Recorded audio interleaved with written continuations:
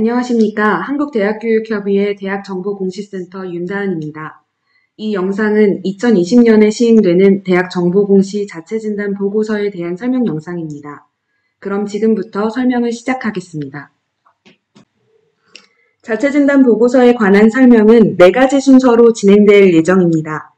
자체진단 보고서의 추진 근거와 목적을 설명드리고 자체진단 보고서 운영 체계에 대한 소개를 드리도록 하겠습니다. 다음으로 자체진단 보고서의 진단지표인 정량지표와 정성지표에 대해 간단한 소개와 설명을 드리도록 하겠습니다. 마지막으로 자체진단 보고서의 전반적인 일정에 대해 간략히 안내드리겠습니다. 대학정보공시 자체진단 보고서는 2019년 양정제도 개선 안내를 통해 대학에 안내된 바 있습니다. 3주기 양정제도 시행으로 양정주기가 기존 3년에서 5년으로 변경됨에 따라 대학의 공시 역량을 점검할 수 있는 추가적인 진단수단 도입이 필요했습니다.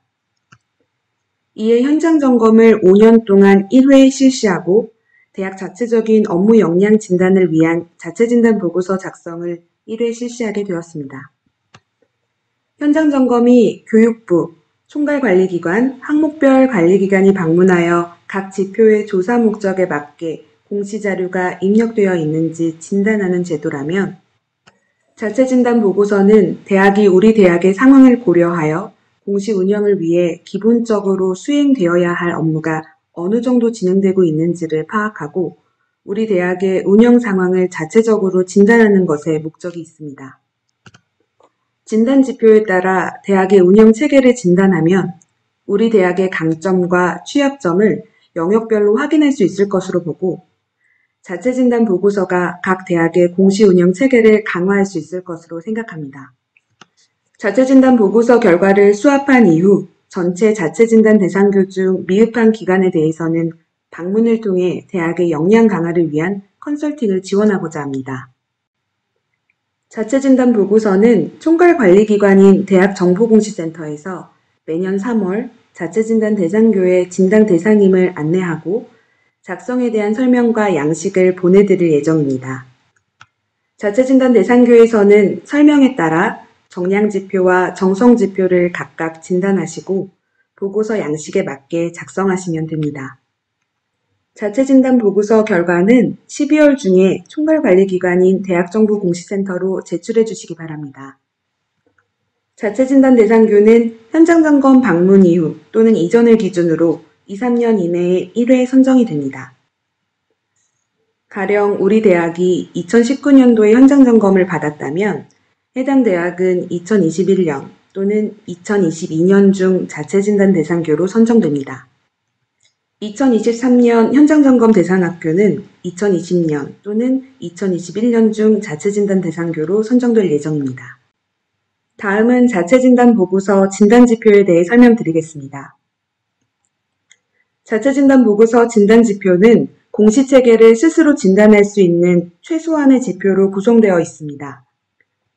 진단지표는 정량지표, 정성지표로 나뉩니다.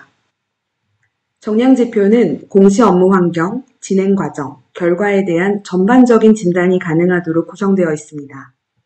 정량지표는 총 100점 만점으로 구성되어 있어 각 100점 기준, 진단 기준에 따라 대학에서 자체적으로 판단, 평가하시면 됩니다. 정성지표는 대학별 여건에 따라 관리 및 활용 능력을 진단하도록 기준을 마련해 놓았습니다. 정성지표는 가산점 영역으로 최대 6점까지 가산점을 받을 수 있습니다. 정량지표를 상세하게 살펴보겠습니다. 정량지표는 크게 3개 영역, 5개 부문, 14개 증거에 의해 진단됩니다. 첫 번째, 환경 영역은 대학에서 정보공시를 시작하기 전에 기본적으로 구성해야 할 내용을 담고 있습니다. 인력관리 부문은 업무 담당자의 역할과 항목별 담당자 관리가 되고 있는지를 파악합니다. 교육 부문은 총괄관리기관, 항목별 관리기관 등 조사기관의 연수에 참석하고 있는지를 확인하여 조사에 대한 이해도를 확인할 수 있고 대학 내 자체 교육을 통해 우리 대학에 필요한 교육이 진행되고 있는지를 파악할 수 있습니다. 두 번째, 진행 영역은 대학이 정보공시를 진행하면서 정확한 정보 입력을 위해 필요한 과정을 진단하는 영역입니다. 대학정보공시센터에서 발간하는 체크리스트를 통해 각 항목별로 내용 검증을 실시하고 있는지, 대학정보공시 입력 시스템 내 개발된 형식 검증을 실행하고 오류 사안을 파악, 수정하고 있는지 등을 검증할 수 있습니다.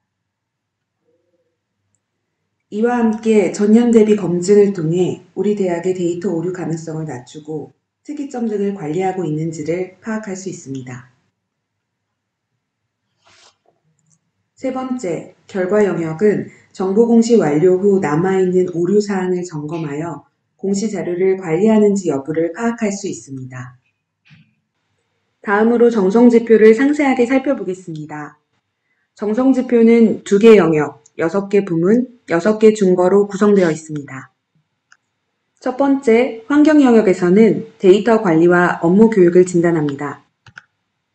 데이터 관리 부문에서는 대학정보공시의 기초가 되는 원자료 추출을 자체 프로그램으로 생성하는지 혹은 대학의 여건에 맞는 방법으로 추출하고 관리하는지 등을 파악하고자 합니다.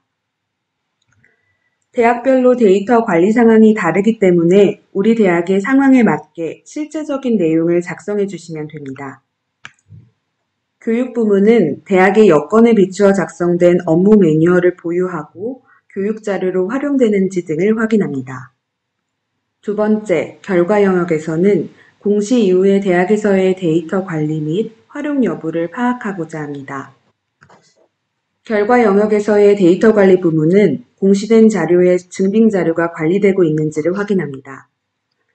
공시자료 관리 부문은 대학에서 공시 이후에도 자체적으로 공시 자료를 점검하여 오류 사항을 확인하는지를 진단합니다.